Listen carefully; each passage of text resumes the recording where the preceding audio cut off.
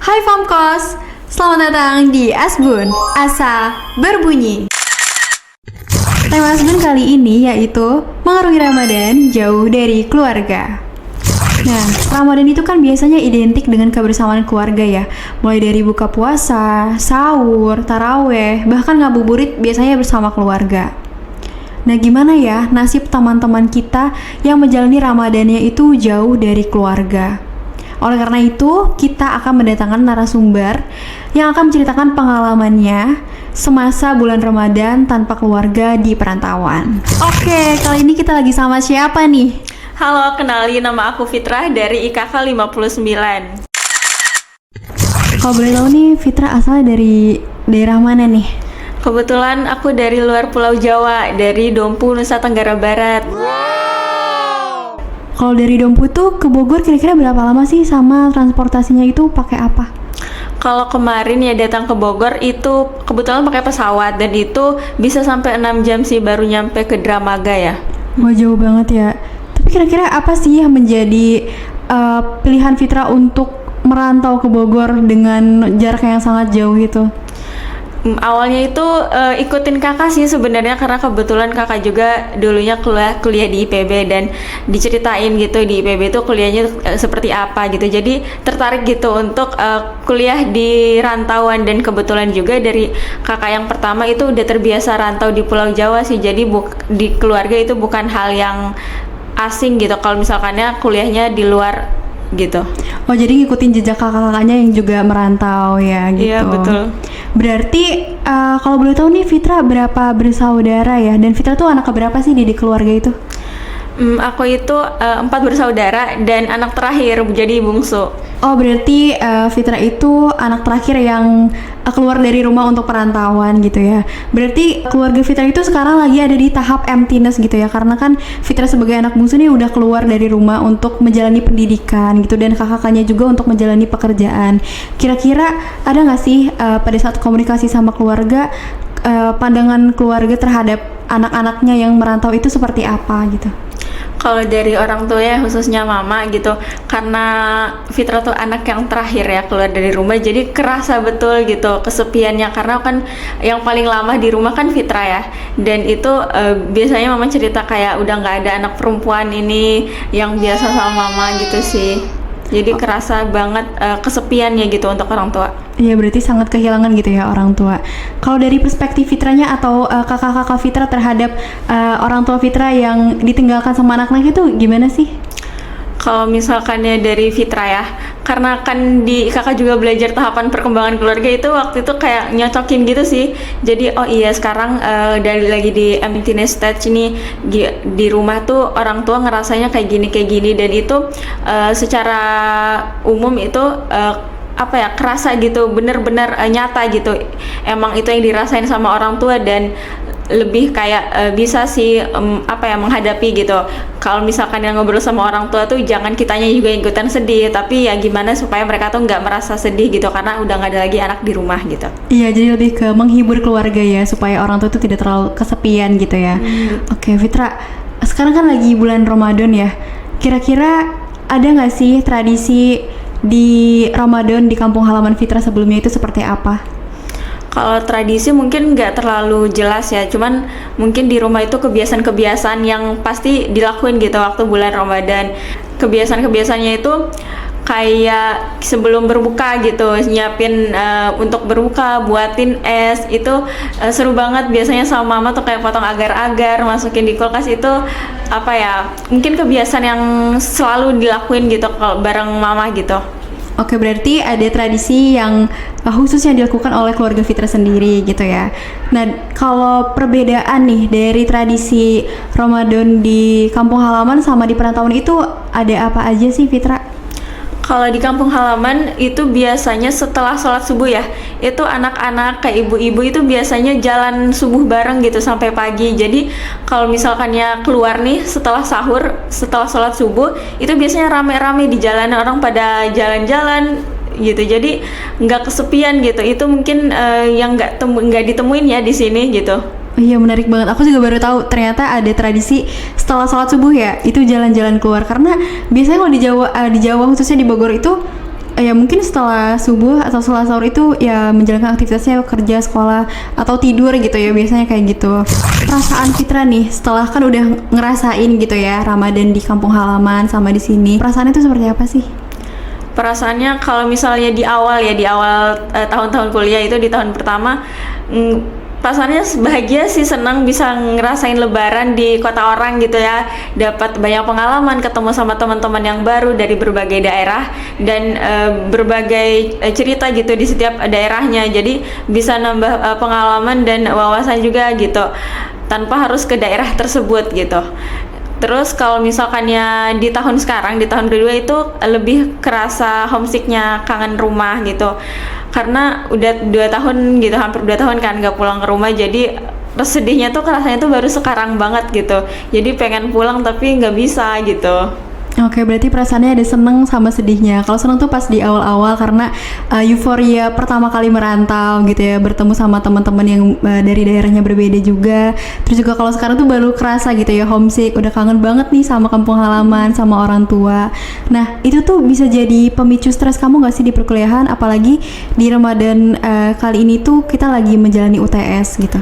Kalau misalkan ya pemicu, tentunya ya kadang tuh bilang ke diri sendiri, please jangan dulu homesick waktu UTS gitu. Jadi karena itu bisa dibilang tuh sangat mempengaruhi si motivasi buat belajarnya, motivasi buat ngulang lagi materinya, buat apa yang ngejalanin aktivitas gitu seperti biasanya. Jadi kalau misalkannya lagi UTS itu kayak perang dengan batin diri sendiri sih gitu. Kira-kira tuh strategi coping Fitra untuk menangani masalah tersebut tuh apa sih Fitra? Kalau misalkan ya strategi coping, mungkin ini nggak yang bener-bener manjur 100% langsung nggak homesick sih, enggak. Cuman kalau misalkan dari Fitra sendiri, kalau lagi homesick ya udah nggak apa-apa, ngeluapin aja rasa homesicknya, ngebiarin diri kamu buat ngerasain sedihnya, ya udah nggak apa-apa. Tapi setelah itu kita fokus lagi, kita lagi di mana sekarang, kita lagi ada di sini, kita buat belajar, ada hal-hal gitu yang harus dilakuin di saat ini, ada tugas yang harus kamu kerjakan, ada kewajiban lain yang harus kamu laksanakan gitu. Jadi lebih kayak ke fokus diri kita sekarang tuh sedang ngapain gitu. Oke, berarti lebih ke penguatan diri, orientasi tujuan Fitra untuk merantau tuh untuk apa gitu. Tapi ada nggak sih komunikasi khusus bersama keluarga gitu, bersama orang tua atau misalnya sama kakak-kakak Fitra itu seperti apa komunikasinya supaya terjalin baik gitu walaupun sedang di perantauan? Kalau misalkannya sama orang tua, tentu pasti selalu komunikasi ya, untuk nanyain kabar mereka gimana ngejalanin aktivitasnya, terus juga keadaan di rumah tuh seperti apa gitu. Kalau misalkannya sama kakak, mungkin lebih kayak minta motivasi atau nasihat sih, karena kadang juga cerita sama kakak, kuliah nih capek gitu, banyak tugas dan sebagainya, terus juga kangen rumah. Terus kakak tuh selalu yang bilang, apa sih yang bisa kamu lakuin sekarang gitu. Jadi fokus aja sama sekarang, yang kamu bisa lakuin itu apa gitu. Jangan terlalu fokus sama hal-hal yang nggak bisa kamu kendaliin, dan itu akan buat kamu tuh capek sendiri gitu.